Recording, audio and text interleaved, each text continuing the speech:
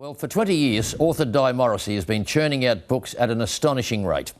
So much so that she's one of the most successful female novelists in the country. Di and I sat down for a chat about life, love and her latest book. Di, it's good to see you. Good to see you. 20 books in 20 years. My God, you're a slacker.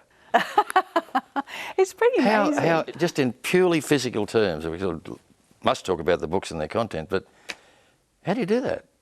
A lot of writers take that long to do one. It's a full-time job, and that's what my job and my profession is. I get up in the morning at 6 o'clock, and I work 7 days a week. When I'm writing, I work 7 days a week for at least seven months, from 6 to 6. So I guess the next question has to be, what do you do for fun? It's my passion, and I just feel so lucky that I can make my living doing what I love most. Can we get to the grubby bit out of the way? I mean, yeah. Why are there mixed feelings about Di Morrissey's work? Why are people torn between them being just light romantic novels that don't mean much to people actually being quite fulsome in their praise? A lot of mixed feelings about your work. Why? Because those that have mixed feelings haven't read them. You think that's the case?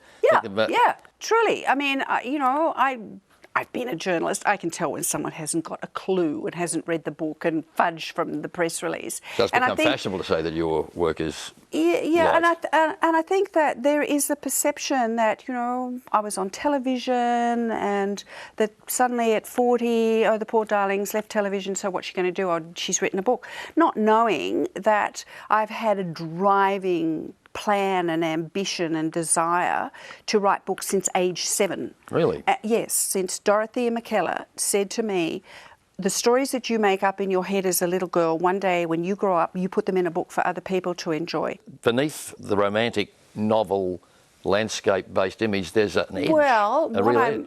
What I'm doing is I'm selling mass market fiction to a large audience, but within that mass market subject matter is I actually can touch upon quite heavy themes in a way that is palatable and accessible to people who are being entertained, who would never have thought about a lot of issues concerned with the environment, about Aboriginal reconciliation, there's still a serious subject within the guise of a woman character and it's not discovering. Preachy. And it's not polemical. No, you lose people. Well, tell me about your current book, Plug, right?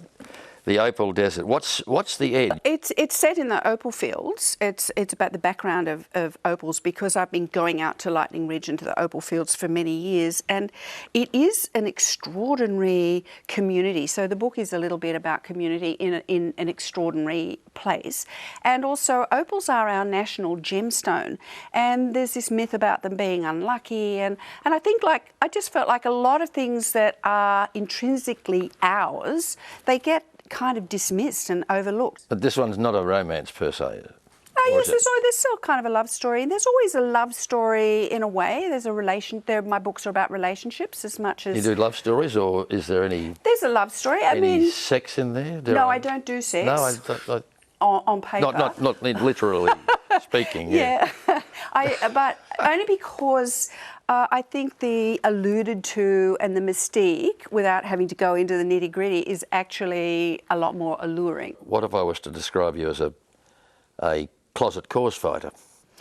I'm not in the closet very much. I mean, I have been very vocal about saving the Kimberley and many other causes. And when I feel strongly about something, I have come out. I have marched with Tim Winton to save Ningaloo. And that's a sense of responsibility that comes with being given a voice through being, having an audience, that I'm very conscious that I should use that responsibly. Well done.